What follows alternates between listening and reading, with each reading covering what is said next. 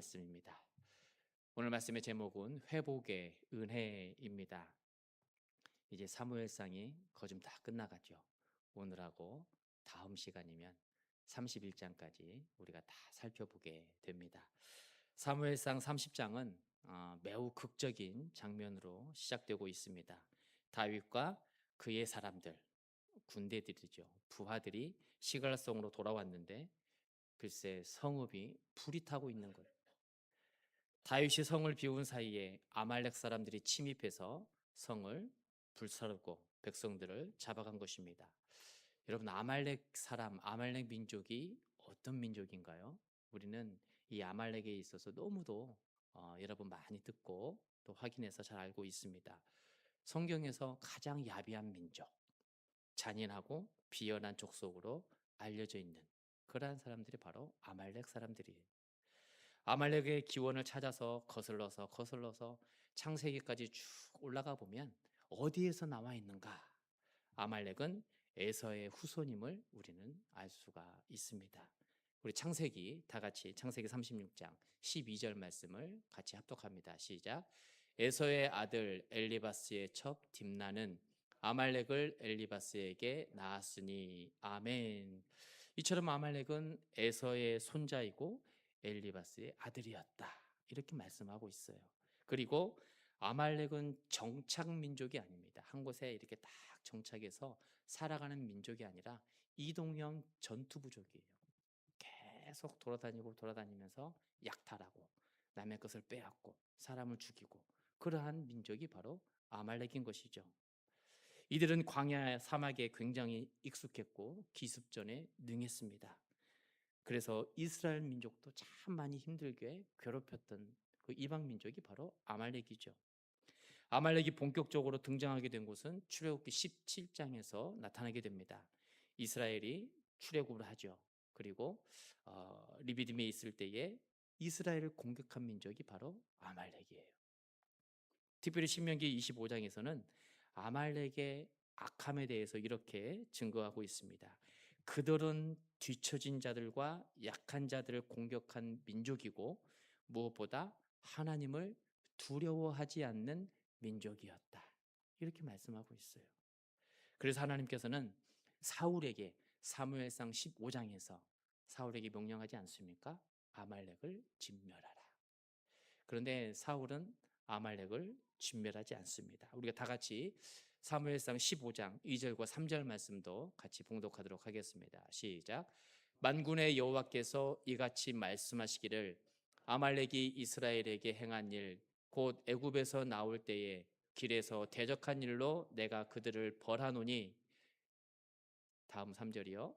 지금 가서 아말렉을 쳐서 그들의 모든 소유를 남기지 말고 진멸하되 남녀와 소아와 젖먹는 아이와 우양과 낙타와 나귀를 죽이라 하셨나이다 하니 아멘. 하나님께서 이처럼 사울에게 명령합니다. 하나도 남김없이 다 진멸하라. 그런데 사울은 그 말씀에 온전한 순종을 하지 못하죠. 자기가 보기에 좋은 것들은 다 놔두고 제외하고 하찮은 것들만 진멸했다라고 성경은 증거하고 있습니다. 여러분, 하나님께서 아말렉을 진멸하라고 했던 이유는 하나님의 백성을 지속적으로 괴롭힌 악의 상징이었기 때문에 그들을 진멸시킬 것을 명령하신 거예요. 그런데 오늘 본문의 말씀에서 아말렉이 다시 나와서 다윗을 괴롭히고 그 백성들을 잡아간 것입니다. 사울이 완전히 처리하지 못했던 그 문제가 후에 이스라엘을 다시 괴롭힌 거예요. 다윗과 군인들이 없는 사이에 시글락성을 습격해서 불태우고 모두 다 잡아가요. 우리가 27장에서 살펴보았던 것처럼 다윗은 시글락성에 머물면서 블레셋이 알아차리지 못하도록 조용하게 아말렉을 공격하고 있었음을 우리는 확인해서 알고 있었습니다. 그런데 아말렉은 정착 민족이 아니었기 때문에 그곳에 있는 그 인근에 있는 아말렉을 다 멸하고 그들을 무찔러서 전쟁에서 승리할 수 있었지만 또 곳곳에 흩어져 있는 아말렉들이 너무 많이 있었다라는 거예요. 한 번의 전투로 모두 다 진멸하기는 어려웠던 것입니다. 그래서 여기저기 흩어져 있던 아말렉이 이번에는 시글락성을 쳐들어 왔던 것이죠. 이러한 아말렉과의 관계를 우리가 기억하면서 회복의 은혜, 하나님의 회복하심의 은혜는 어떻게 임하게 되는지 우리가 본문 말씀을 통해 구체적으로 살펴보겠습니다. 첫 번째로 하나님의 회복하심의 은혜는 울 수밖에 없는 현실 가운데 믿음으로 기도할 때 임하게 된다라는 거예요. 우리가 이렇게 살아가다 보면 울 수밖에 없는 현실들이 너무도 많이 있습니다. 그러나 그 울 수밖에 없는 현실 속에서도 하나님을 붙들고 믿음으로 기도하면 회복의 은혜가 임하게 된다라고 말씀하고 있는 것이죠. 다윗과 함께 돌아온 군사들은 상황을 파악하고 목 놓아 울기 시작합니다. 와서 보니 시굴락성이 다 불타고 잿더미가 된 거예요.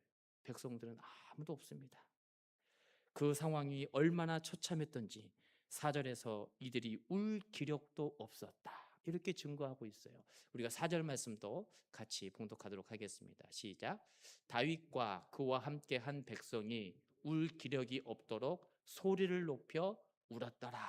아멘. 우리가 정말로 속상해서 애통하는 마음으로 울어보신 분들은 아실 것 같습니다. 울어도 소리가 나오질 않아요.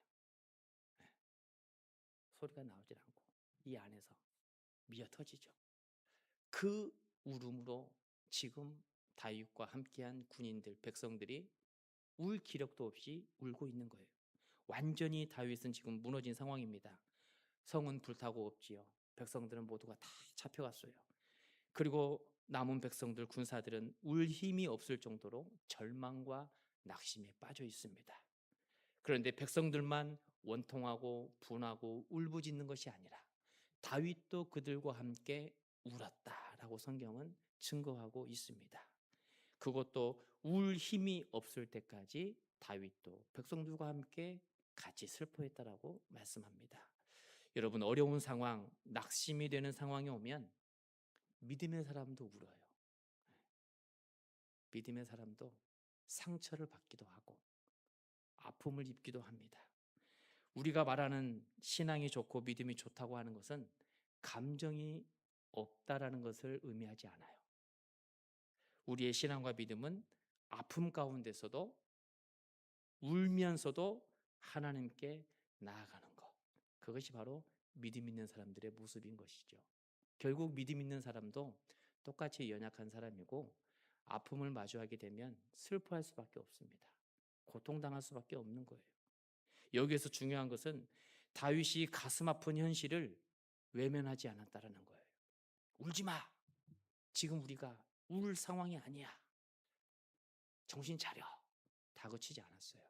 그들과 함께 마음을 같이 나누고 슬픔을 나누고 애통했다라는 거예요. 사도 바울은 로마서 12장 15절을 통해 저와 여러분을 향해 이렇게 선포합니다. 즐거워하는 자들과 함께 즐거워하고 우는 자들과 함께 울라. 로마서의 말씀은 참으로 신비롭고 복음의 깊이가 굉장히 깊은 말씀이에요. 로마서가 1장부터 16장까지 이렇게 있는데 1장부터 11장까지는 복음이 무엇인가? 예수가 누구인가? 왜 이 땅에 오셨는가? 오직 의인은 믿음으로 말미암아 살리라. 이 신층에 대해서 설교하고 선포한 다음에 12장부터 16장까지는 그렇다면 예수 믿는 사람들이 어떻게 살아야 되는가? 그 실천 사항에 대해서 말씀합니다. 그래서 12장 1절부터 2절에는 예수 믿는 사람들이 하나님을 잘 믿어야 된다라고 예배에 집중할 것을 말씀하면서 그 다음에 나온 말씀이 함께 기뻐하고 함께 울으라는 거예요.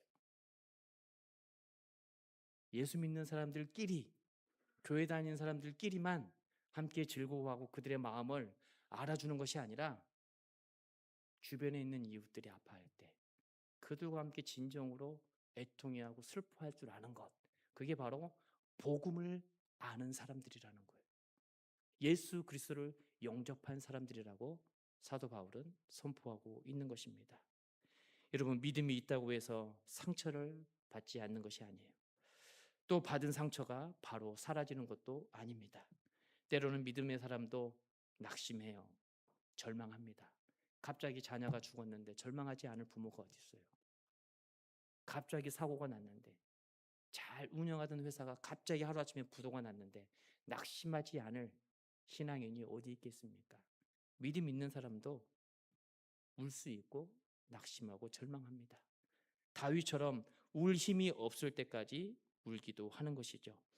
오히려 믿음의 사람은 바울이 선포한 것처럼 더 깊이 아파할 줄 아는 것. 그게 바로 우리 성도의 모습이라는 것입니다. 그나마 다윗에게 있어서 다행인 것은 성 안에 있는 백성들이 시체로 발견되지 않았다라는 거예요.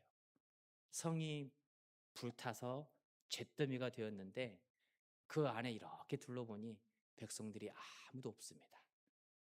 그것은 무슨 말입니까? 살아있다라는 거예요. 살아있다라는 거예요. 아말렉 사람이 와가지고 다 죽이고 간 것이 아니라 끌고 갔다라는 것이죠. 거기에 다윗은 희망을 가져요. 불행 중 다행이다라고 하는 표현이 여기에 딱 적합한 것 같습니다. 그런데 문제는 이 일로 인해서 다윗의 군대들, 남은 백성들이 지금까지 다윗이 경험해 보지 못했던 아픔을 겪게 해요. 돌을 집어서 다윗에게 던지려고 합니다. 다윗의 리더십에 불만을 가지고 불평하고 있는 것이죠. 다 같이 6절 말씀을 우리가 봉독하도록 하겠습니다. 6절 시작. 백성들이 자녀들 때문에 마음이 슬퍼서 다윗을 돌로 치자 하니 다윗이 크게 다급하였으나 그의 하나님 여호와를 힘입고 용기를 얻었더라. 아멘. 지치도록 목넘어 울던 사람이 다윗에게 책임을 묻기 시작합니다. 누구 때문에 이런 일이 일어났는가?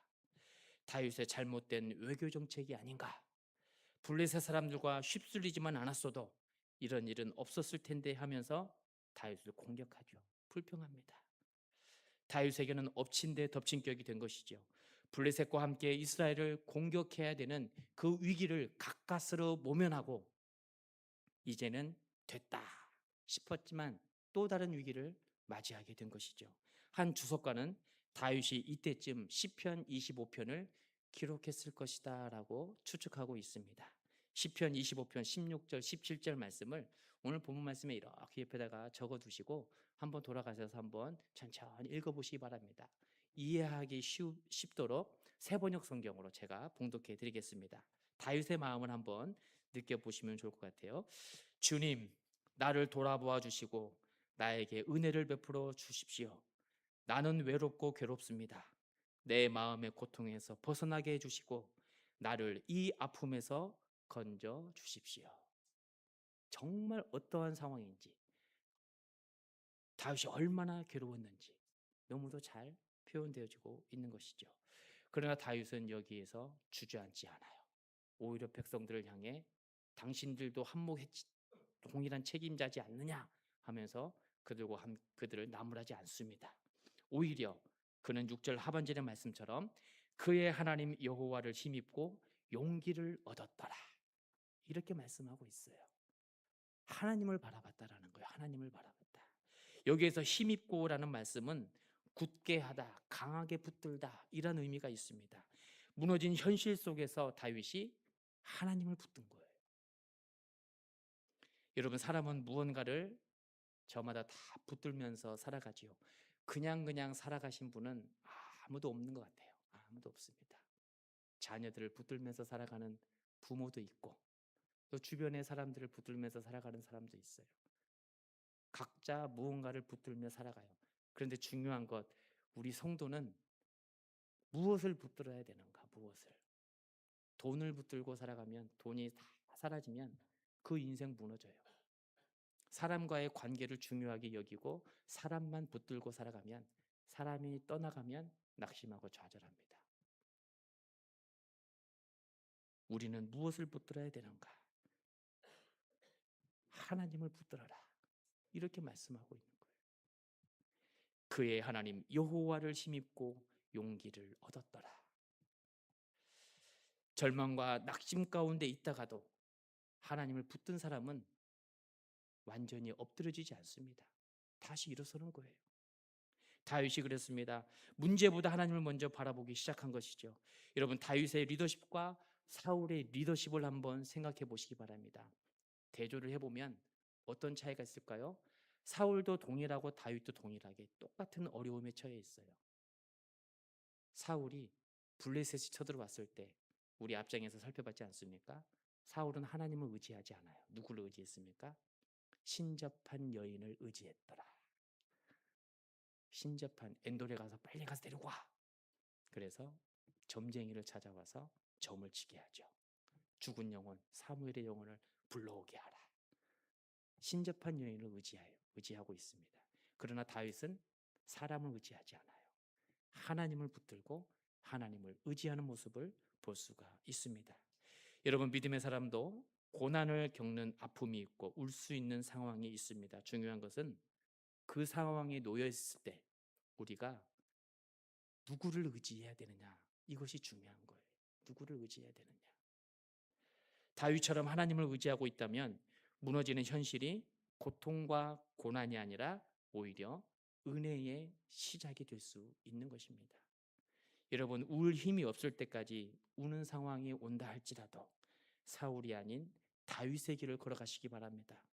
다급하거나 절망의 상황이 올 때에 우상을 찾지 않고 미신을 의지하지 않고 사람을 의지하지 않는 거예요. 세상의 방법이 아니라 다윗처럼 하나님께 묻고 기도하는, 하나님을 의지하는 저와 여러분 되시기를 축복합니다. 두 번째, 하나님의 회복하심은 하나님 안에서 믿음으로 기도할 때 얻을 수 있는 은혜다라는 것을 우리에게 증거합니다. 기도하는 다윗을 한번 보겠습니다. 7절과 8절 말씀 같이 봉독하겠습니다. 시작. 다윗이 아히멜렉의 아들 제사장 아비아달에게 이르되 원하건대 에봇을 내게로 가져오라. 아비아달이 에봇을 다윗에게로 가져가매 다윗이 여호와께 묻자와 이르되 내가 이 군대를 추격하면 따라잡겠나이까 하니 여호와께서 그에게 대답하시되 그를 쫓아가라. 내가 반드시 따라잡고 도로 찾으리라. 아멘. 정신을 차린 다윗이 아비아달에게 에봇을 가져오라 해서 하나님께 묻고 기도하기 시작합니다. 기도의 핵심은 전쟁의 승리가 아니에요. 백성들, 사랑하는 두 아내 데려올 수 있습니까? 살릴 수 있습니까? 이거예요. 지금 아말렉을 쫓아가면 아내와 백성들 만날 수 있을 것인지를 묻고 있는 것입니다. 전쟁의 승패는 그 다음이에요. 중요하지 않아요. 하나님께서는 다윗의 기도에 응답하셨을 뿐만 아니라 다윗이 꼭 승리해서 가족들을 되찾아 돌아올 것이라고 말씀해 주십니다. 그를 쫓아가라. 네가 반드시 따라잡고 도로 찾으리라. 하나님의 응답을 받은 다윗이 급히 군대를 이끌고 적군을 향해 추격하기 시작합니다. 얼마나 열심히 추격했는지 부솔 시내에 딱 도착했을 때 200명이 600명 중에 200명이 뒤처지고 400명만 따라온 거예요. 왜 이러한 일이 있었을까? 엄청난 강행군이었음을 우리는 알 수 있는데 왜 이런 일이 일어났을까? 우리가 9절과 10절 말씀도 또 같이 봉독하도록 하겠습니다. 시작. 이에 다윗과 또 그와 함께한 600명이 가서 부솔 시내에 이르러 뒤떨어진 자를 거기 머물게 했으되 곧 피곤하여 부솔 시내를 건너지 못하는 200명을 머물게 했고 다윗은 400명을 거느리고 쫓아가니라. 아멘. 시글락성에서 부솔 시내까지 약 25km 정도 된다고 합니다. 25km. 25km면 얼마나 될까요? 저희 집이 걸어서 교회까지 약 한 3km 정도 되거든요. 어른 걸음으로 천천히 걸어가면 한 35분, 40분 걸려요. 요즘에 러닝 크루가 굉장히 많이 생겨났지 않습니까? 러닝 하신 분들, 정말 잘 뛰는, 선수는 아니지만 굉장히 잘 뛰는 사람이 5km를 뛰면은 25분 정도 걸린다고 합니다. 1km에 5분씩. 엄청 잘 뛰죠. 그래서 뭐 이제 또 군대에서는 또 강한, 저는 육군을 제대하지 않아서 용어는 잘 모르겠는데요. 강한 용사인가요? 아무튼 이런 특급 용사에 오르게 되면 5분대에 이렇게 들어와야 되는 걸로 알고 있어요. 1km를. 정말 잘 뛰어야 됩니다. 근데 25km예요. 25km. 약 한 2시간 동안 죽기 살기로 뛰어야지 갈 수 있는 거리가 25km예요. 그런데 지금 다윗의 군대의 상황은 컨디션이 최상의 상황이 아님을 우리는 확인할 수가 있습니다. 아말렉을 추격하기 전에 어떤 일이 있었습니까? 1절의 말씀처럼 그들은 아벡에서 사흘길을 걸어서 시글락성에 도착했더라. 이렇게 말씀하고 있어요. 이미 체력이 다 바닥난 상태예요. 사흘길을 열심히 자기 성으로 시글락성으로 돌아온 것입니다. 그런데 불타고 백성들이 다 잡혀갔어요. 가족이 없어요. 다윗이 서둘러서 군대를 정비해서 열심히 뛰었지만 이미 지쳐있는 군대, 약 한 200명의 군대는 쫓아오지 못한 거예요. 너무 힘들어서. 그래서 400명의 군대만 데리고 아말렉을 뒤쫓기 시작한 것입니다. 이때 놀라운 일이 벌어지죠. 정말 하나님의 은혜가 아니면 도저히 설명할 수 없는 놀라운 일이, 기도의 응답의 순간이 벌어지게 됩니다. 우리 11절 말씀 같이 합독하도록 하겠습니다. 시작. 무리가 들에서 애굽 사람 하나를 만나 그를 다윗에게로 데려가다가 떡을 주어 먹게 하며 물을 마시게 하고. 아멘. 다윗의 군대가 계속해서 남서쪽으로 진군하던 중에 길가에 쓰러져 있던 애굽의 한 사람을 만나게 돼요. 그 사람을 다윗은 그냥 지나치지 않았습니다. 왜냐하면 다윗이 아말렉을 추격하기 전에 무엇을 했습니까? 기도했지요. 기도했기 때문에 다윗이 지나가는 모든 상황에 있어서의 사람들, 사물들, 사건들 그냥 지나치지 않았다라는 거예요. 기도하지 않으면 그냥 지나쳐도 괜찮을 것입니다. 그러나 기도했기 때문에 아무리 사소한 일이라도 그냥 지나치지 않았던 것입니다. 그렇습니다, 여러분. 하나님의 응답하심은 어디에서 언제 어떻게 임하게 될지 아무도 몰라요. 그렇기 때문에 우리 기도하는 성도는 사소한 일에도 깊은 영적 관찰력과 분별력을 가지고 살아가야 되는 것입니다. 이것을 우리는 깨어있는 신앙이다, 이렇게 표현하죠. 깨어있어야 되는 거예요.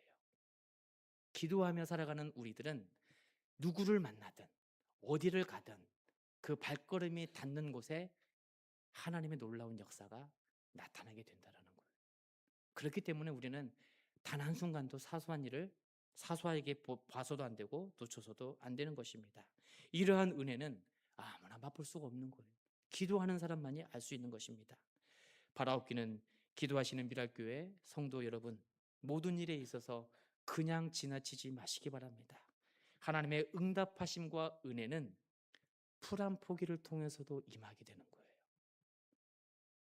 내가 이제 오늘 비가 안 와서 어제 오늘 계속 비 온다고 일기예보에서 그렇게 날씨가 비가 온다고 했는데 비가 안 와요. 그래서 교회 주변을 이렇게 둘러보니까 비 오고 난 뒤에는 이상하게 거미줄을 많이 치더라고요. 그래서 한번 둘러보니까 아니나 다를까 거미줄이 이렇게 막 쳐 있는 거예요. 거미줄을 치고 이렇게 다니는데 꽃향기가 얼마나 맛있게 나는지요. 아, 너무 아름다운 거예요.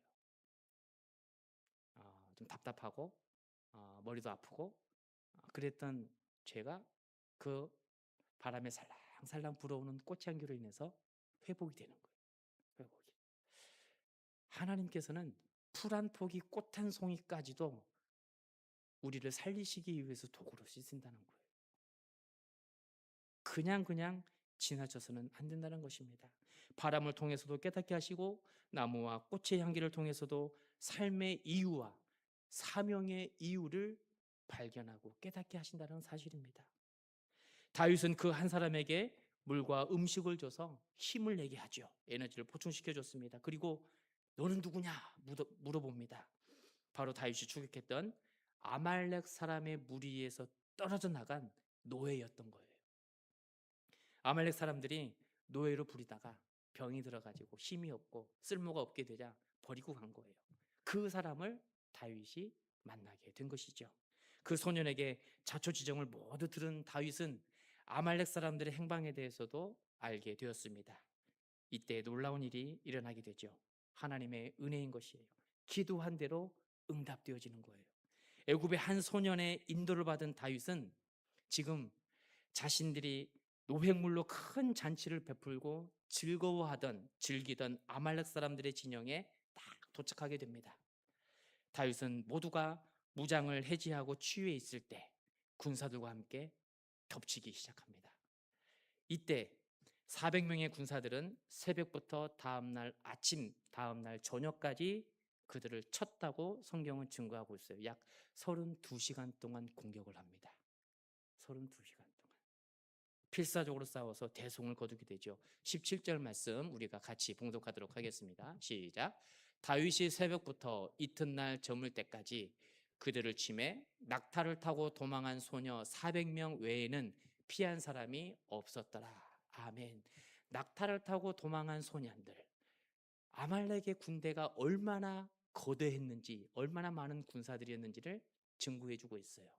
그들을 32시간 동안 계속 공격하고 다시 사나가던 가족을 데리고 다시 시글락성으로 돌아오게 되었습니다.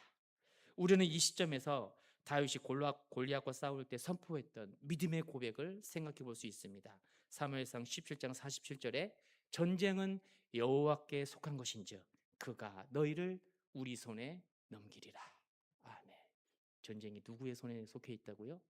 하나님의 손에 달려 있대요. 하나님의 손에.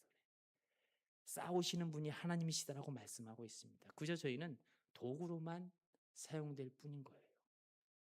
하나님께서 싸우시면 그 전쟁은 틀림없이 이긴 것입니다.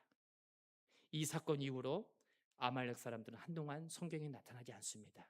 역대상 4장에 가서야 그때 다시 아말렉 사람들이 등장을 하게 돼요. 히스기야 시대에 등장하게 됩니다. 이때의 기간이 약 한 300년쯤 걸렸더라. 성경은 그렇게 말씀하고 있어요. 300년쯤 후에서야 아말렉 사람들이 다시 등장하게 되는 거예요. 다윗은 자신의 아내들을 포함해서 모든 사람들을 다 구출하고 남은 군사들과 함께 기쁜 마음으로 성으로 돌아갔습니다. 그럼 이때 사울은 무엇을 하고 있었을까요? 마지막 전투를 위해서 준비를 하고 있었습니다. 사울의 마지막 전쟁은 다음 시간에 다음 시간에 또 살펴보도록 하겠습니다. 여러분, 우리는 오늘 말씀을 통해서 회복의 은혜를 살펴보았습니다. 우리도 때로는 시글락성이 불타버린 것처럼 좌절되고 낙심될 때가 있어요. 정말로 열심히 살았는데 뜻대로 되지 아니하고 계속 실패합니다. 건강도 상하고 사랑하는 사람들도 다 떠나고 실패하는 그 상황이 올 수 있다라는 거예요. 때로는 질병과 원치 않는 사고로 삶이 무너질 때도 있습니다. 어떨 때는 너무 고통이 크고 힘들어서 기도할 힘이 없을 때도 더러는 있기도 합니다. 그때 여러분 오늘 말씀 기억하시기 바랍니다. 6절 하반절에 다윗이 크게 다급하였으나 그의 하나님 여호와를 힘입고 용기를 얻었더라. 그렇습니다. 여러분, 하나님의 회복의 은혜는 무너진 삶의 자리에서 다시 시작되는 거예요. 우리가 하나님 안에 기도의 끈을 놓지 않는다면 그 기도를 통해 잃어버린 것을 다시 회복시키시고 절망의 끝에서 다시 일어설 수 있게 되는 것입니다. 여러분, 무너진 삶의 자리라 할지라도 상처투성이의 고통과 고난의 시간이라 할지라도 하나님께 묻고 기도하시면서 하나님 안에서 회복의 은혜를 누릴 수 있는 저와 여러분 미랄의 모든 교우들 되게